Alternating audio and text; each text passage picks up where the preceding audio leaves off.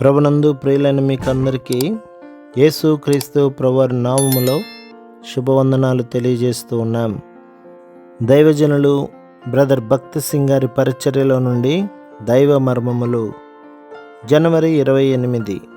వారు పూర్ణ మనస్సుతో యెహోవాకు ఇచ్చి ఉండిరి గనక వారు అలాగూ మనఃపూర్వకంగా ఇచ్చినందుకు జనులు సంతోషపడిరి. దినవృత్తాంతముల మొదటి గ్రంథం 29వ అధ్యాయం 9వ వచనం. వారు పూర్ణ మనస్సుతో ప్రభువునకు కానుకలు ఇచ్చిన దినము నిజముగా దావీదునకును ఇశ్రాయేలు జనాంగమంతటికి ఆనందకరమైన దినమని మనం అనవచ్చును. యెహోవా యందలి ఆనందమే వారికి బలమయ్యను. అయితే ఇప్పుడు మీలో ఎంతమంది దేవుని సేవ నిమిత్తమును ఆయన యుద్ధముల నిమిత్తమును మిమ్మల్ని మీరు అప్పగించుకున్నట్టుకు సిద్ధంగా ఉన్నారు?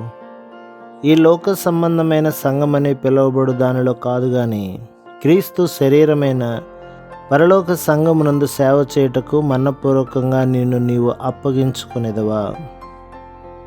నీ ముందు నిలవబడి తన గాయపడిన చేతులను నీ వైపు చాపి బ్రతిమలాడుచున్న ఆయన మాటలను దయచేసి వినుము.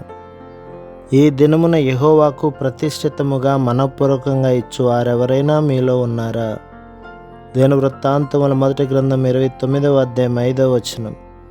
ఇది దావీదును నిజముగా ఆనందింపజేసినది. నీవు నీ జీవితమును, డబ్బును, తలాంతులను ఈ గొప్ప పరలోకపు కట్టడముకై వాడబడినట్లు ఇష్టపూర్వకంగా ధారాళంగా ఇచ్చినచో నీ రక్షకుడైన ప్రభువును అది మరి ఎంతో అధికంగా సంతోషపెట్టదా?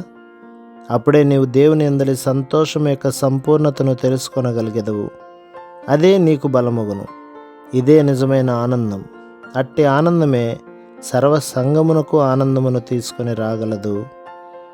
ప్రభు మిమ్మును, మీ కుటుంబములను, మీ సంఘములను దీవించి ఆశీర్వదించునుగాక. ఆమేన్.